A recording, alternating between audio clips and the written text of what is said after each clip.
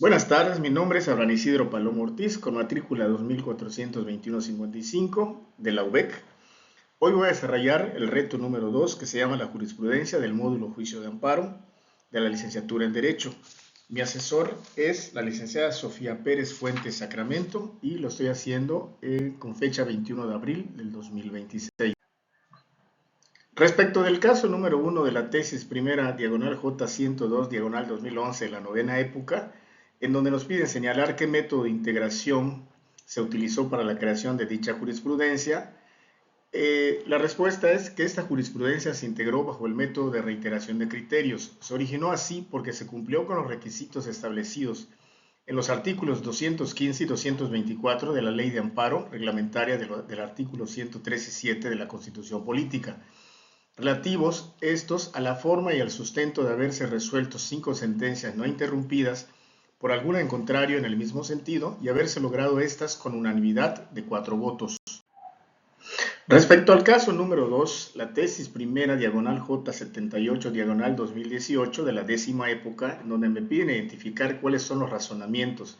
para que la jurisprudencia primera diagonal J93 diagonal 2013 de la décima época fuera sustituida por la jurisprudencia primera diagonal J78 diagonal 218 de la décima época ya comentada, emitida por la primera sala de la Suprema Corte de Justicia de la Nación, la respuesta es que en el caso, la misma jurisprudencia menciona que se realizó una nueva reflexión y que era necesario interrumpir el criterio anterior en razón de que la regulación de la citación para audiencia de vinculación en materia penal que se contiene en el artículo 141 del Código Nacional de Procedimientos Penales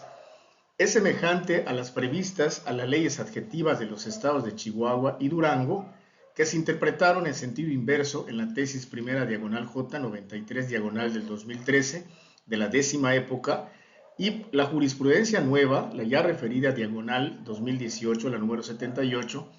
establece que la citación al investigado es solo una orden de comparecencia o comunicación de un juez que no afecta su libertad personal, y el artículo 141 del Código Nacional de Procedimientos Penales establece en sus 2 primeras fracciones que solo se hará el uso de la fuerza pública si su ausencia fuera de forma injustificada. Por tanto, esa acción es de futuro incierto. Además de que esta citación es fuera de un juicio y esta comunicación no incide en la libertad personal por la razón de que el momento procesal es anterior a decidir hacia la persona se le va a vincular o no a proceso y en su caso a la imposición de medidas cautelares. Por tanto, se establece la obligatoriedad del investigado de acudir a la citación y se establece la improcedencia del juicio de amparo indirecto contra ese tipo de citaciones, fundamentado en lo que establece el propio artículo 107 de la Ley de Amparo. Respecto a la pregunta 3, relativa a los casos nombrados como 1, 2 y 3, en donde nos piden indicar en qué época del semanario judicial de la Federación fueron publicadas estas jurisprudencias, la respuesta es la siguiente.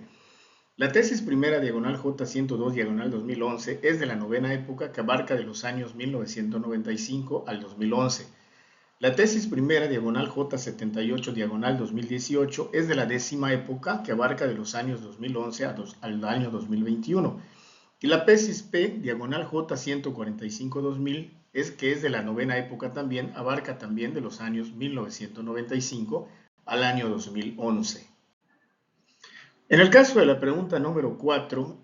que nos preguntan que en el caso de la jurisprudencia número 3, donde nos piden señalar para qué autoridades es obligatoria la aplicación de dicha jurisprudencia, la respuesta es que la jurisprudencia P diagonal J 145 diagonal 2000 fue aprobada por el Pleno de la Suprema Corte de Justicia de la Nación en fecha 27 de noviembre del año 2000. Por tanto, es de observancia obligatoria para todas las autoridades jurisdiccionales de la Federación y de las entidades federativas, con excepción de la propia Suprema Corte, según lo establece el artículo 217 de la Ley de Amparo. Y los artículos 103 y 100, reglamentaria los artículos 103 y 107 de la Constitución Política de los Estados Unidos Mexicanos.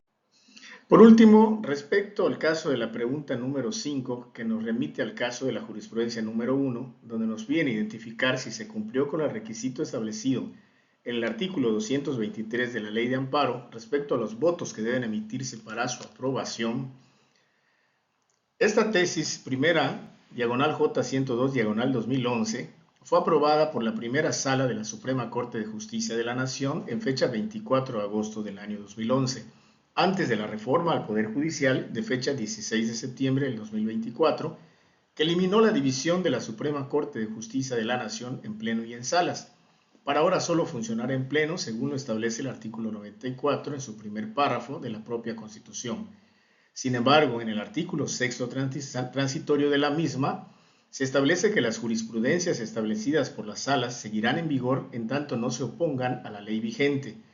Actualmente el artículo 223 de la Ley de Amparo está derogado. Este artículo 223 de la Ley de Amparo establecía antes de su derogación que las jurisprudencias por reiteración de criterios que establezcan las salas de la Suprema Corte de Justicia de la Nación se establecerán cuando se sustente un mismo criterio en 5 sentencias no interrumpidas por otro en contrario, resueltas en diferentes sesiones por una mayoría de cuando menos 4 votos. Por tanto, sí se cumplió con el número de votos que deben emitirse para su aprobación. Como conclusión, considero importante la integración de las jurisprudencias para precisar las leyes y su interpretación cuando éstas no son claras, y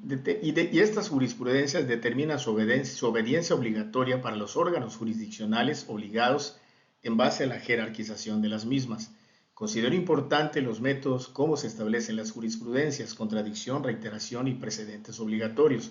Considero importante también la capacidad de interrupción de una jurisprudencia que tiene la Suprema Corte de Justicia, así como la no retroactividad en la aplicación de las mismas. Sin embargo, apuntando a que es posible aplicar una jurisprudencia nueva a un caso anterior, en razón de que la jurisprudencia no es una ley, es solo una correcta interpretación y aplicación de la misma ley ya preexistente, pero lo más importante de las jurisprudencias